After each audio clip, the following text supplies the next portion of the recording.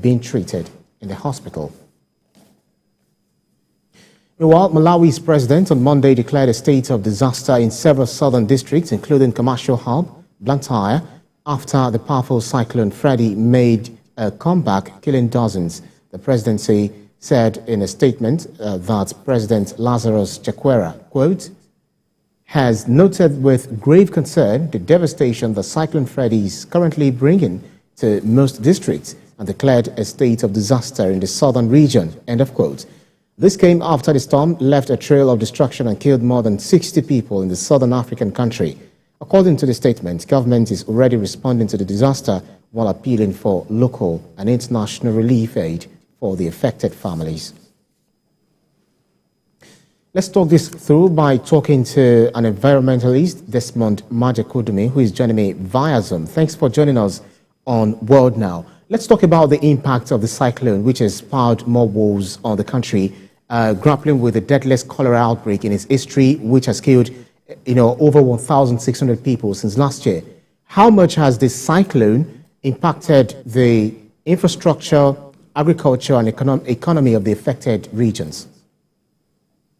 Yes, the cyclone has impacted tremendously because Mozambique has a very long coastline. 1,000, almost over 1,500 miles. Of course, it's a long coastline. And it's low-lying, like the Nigerian coastline.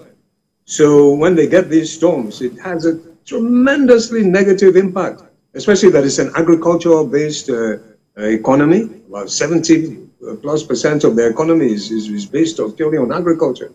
So it's a terrible disaster. Our hearts really go out to them. But the problem is that because of climate change and global warming, these kind of disasters are going to be occurring more regularly and more violently on not just the Mozambique coast, but other African coasts that are low-lying, like ours in Nigeria. So, a lot of people will be wondering how the response has been, because we talk about the kind of humanitarian aid and relief efforts. Do you think they are being provided by the local government and the international organization that affected to the affected communities? How effective do you think they've been so far? Yes, we have to give good kudos to the Mozambican government. They've taken it very seriously indeed. It's not the first time, it's not the second time, but it's the worst that they've ever had. And the successive ones have also been very terrible. So the response has been quite good. Also from the international community, the response has been good, but it needs to be far more than just good. It needs to be very excellent, especially in terms of adaptation. I mean, it's very good to, cure yourself after the illness, but as they say, prevention is better than cure. And what the Mozambicans need to do, also other countries like Nigeria, we need to adapt to what is happening and what is definitely going to come. There's no doubt about it. The scientists, they warned that this would happen. They predicted that it would happen because of the global warming, because we're messing up with the climate's atmosphere and we're creating far more heat on this earth than she was designed to accommodate. And this is one of the reactions of that. So we need to adapt. We need to adapt, especially along our coasts. The desert areas need to adapt, but the coasts also, because it's very dramatic. There need to be massive amounts of infrastructure put in place that will protect the coast from these type of occurrences. And the buildings that are going to be anywhere near the coast, they also need to be far more heavily constructed. They need to be far more robust and resilient. Otherwise, this will happen again, and then we'll be bringing more and more aid. Prevention is better than cure. And right now, we're not doing much for prevention. Well, this has brought to the fore again the concept of climate adaptation or climate mitigation. But then, how have this climate change and other environmental factors contributed to the occurrence and severity of cyclones in the region? And what do you think can be done to, mitigate their impacts in the future? That's a very key question. It is affecting Africa very, very badly, very, very negatively. There's no doubt about that whatsoever.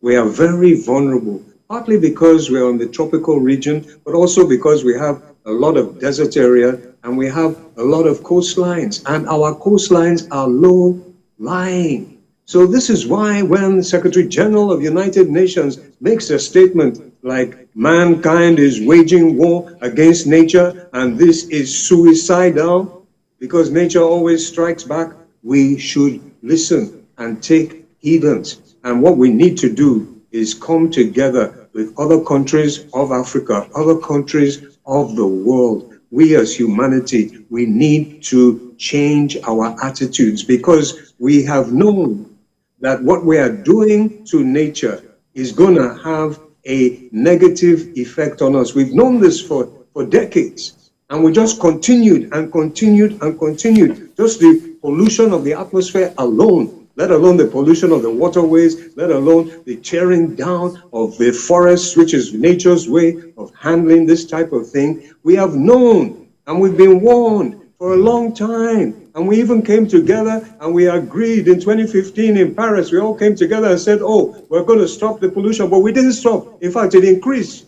because we were chasing the profit. We were chasing the money. More profit. But excuse me, please, how profitable is it to destroy your life support system? Come on. So we need to come together and do what we call mitigation. That is, we need to stop this nonsense. And that's what the United Nations is telling us. They're telling us that we need to stop the pollution, stop the poison, and start living in harmony with nature. And oh, by the way, that's what scripture says we should do anyway. So all we need to do is just follow scripture and care for the garden. Well, but then, very quickly, let me just quickly butt in because of our time. You know, the scripture says, the international community says, you know, everyone talks about it. But then, how do you think people are taking heed to this advice? Are they listening? Are they acting, you know, towards ensuring that we all coexist with, you know, the climate? Very pertinent question. Well, actually, there's a move that's happening now with the young people, the youth. Oh, yeah. It's not just in the politics of Nigeria that the youth are being energized. Youth are being energized all over the world because they got these gadgets. They can communicate. They can see what's going on. There's a huge youth movement, and they're all coming together. They're not recognizing their differences. They're coming together and admonishing the parents. And we elders, do the right thing. Live in harmony with nature. Do what the scripture says we should do, which is to replenish the earth. So we're very, very hopeful that this movement of the youth will actually galvanize into positive action for caring for nature and just showing a bit more love. Absolutely. We have no other planet other than the one that we found ourselves in. And we'll see how we continue to coexist in peace and harmony with flora and fauna. An environmentalist, Desmond Majekodunmi, thank you so much for your keenness of insight. Thank you. My pleasure. Thank you. And to stay with us here